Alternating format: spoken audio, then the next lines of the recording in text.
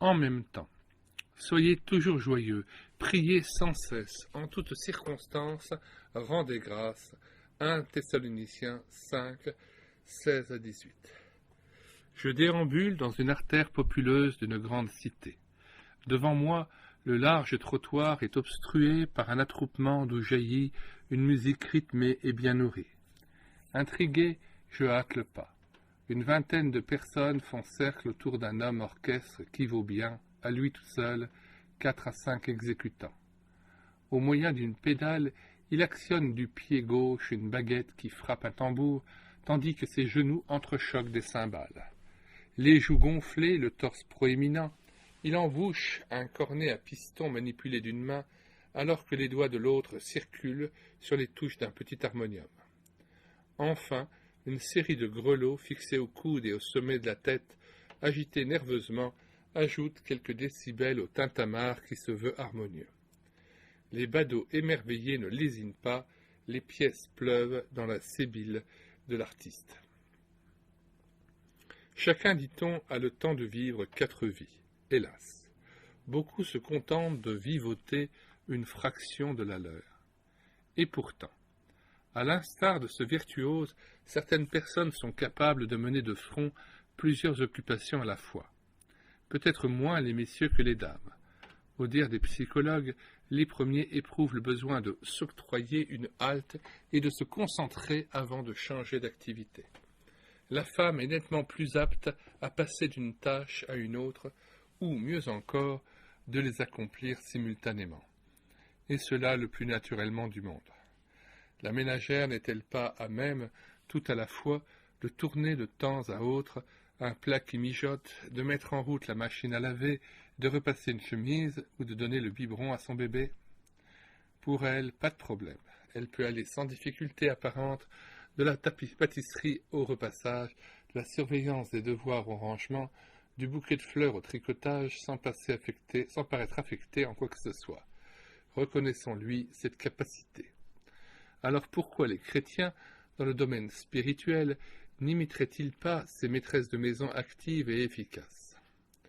En effet, considérez les impératifs bibliques contenant les expressions sans cesse, continuellement, jour et nuit, en tout temps. Il devrait être à la portée de chacun de réaliser simultanément tout ce que Dieu ordonne de faire sans cesse. Ne donne-t-il pas ce qu'il ordonne? Donc, je dois être en mesure de prier sans cesse 1 Thessaloniciens 5, 17. Méditer la parole ou la loi nuit et jour. Josué 18. Veiller sans cesse et en tout temps. Luc 21, 36. Aimer en tout temps. Proverbe 17, 17. Exhorter chaque jour. Hébreux 3, 13.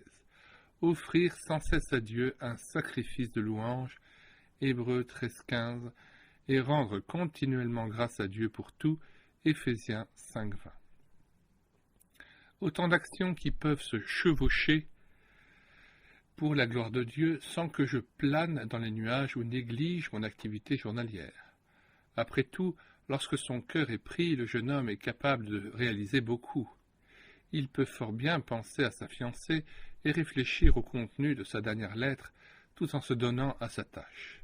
De même, le chrétien peut à la fois, premièrement, méditer la parole, au fil des heures, même sur son lieu de travail, et sans pour autant sortir de la réalité, car il ne s'agit pas de rêver, il lui est vivement recommandé de repasser dans son cœur les paroles de l'Écriture. Ce livre de la loi, la Bible, ne s'éloignera pas de ta bouche, tu y méditeras jour et nuit. Josué 1,8, Psaume 1,2.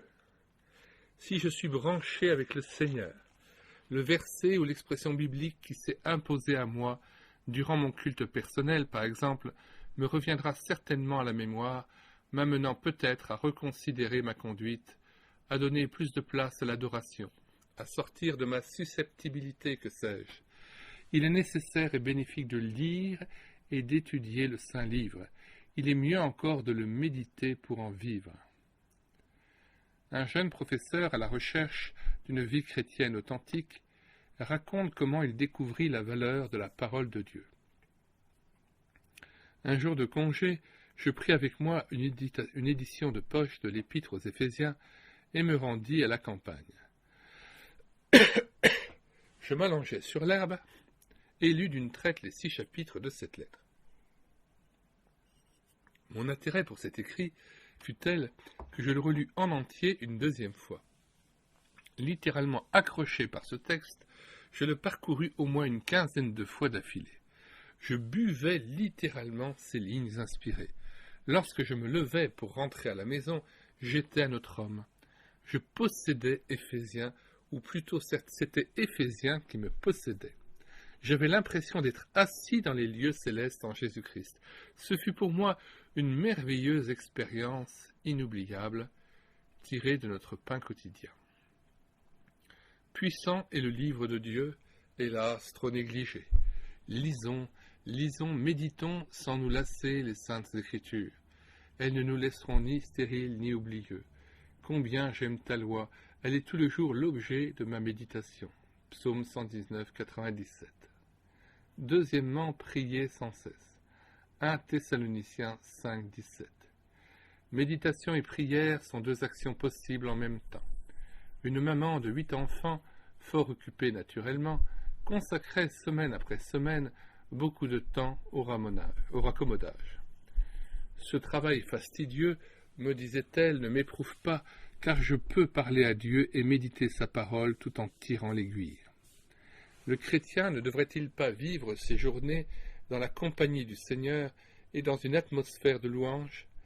La chose est possible si je sais mettre du temps à part pour le rencontrer.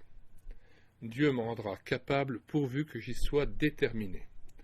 Le sujet de la prière sera développé plus longuement dans le chapitre 27. Rendez toujours grâce pour tout à Dieu le Père, Éphésiens 5, 20. Troisièmement, veillez. Méditer la Bible et prier peuvent être des actions simultanées puisqu'il m'est recommandé de veiller en tout temps, Luc 21, 36. D'ailleurs, notez-le, dans les évangiles, vigilance et prière sont placés côte à côte, ce qui semble aller de soi. Marc 13, 33, Luc 21, 36. En effet, celui qui fréquente assidûment le Seigneur et sa parole ne manquera pas de veiller. Mais vigilance pourquoi? Parce que le diable ne chôme pas, il s'acharne à entraver l'œuvre de Dieu en moi et autour de moi. Comme nous l'avons déjà dit, nous vivons sans aucun doute dans les temps de la fin, époque particulièrement difficile selon les prophéties. 2 Timothée 3, 1. Les masses médias font insidieusement un travail de sape qui commande la vigilance. Le lavage de cerveau est tel que l'homme d'aujourd'hui exalte le mal et l'appelle bien. C'est pourquoi soyons sur nos gardes. Marc 13, 5. Dans tous les domaines.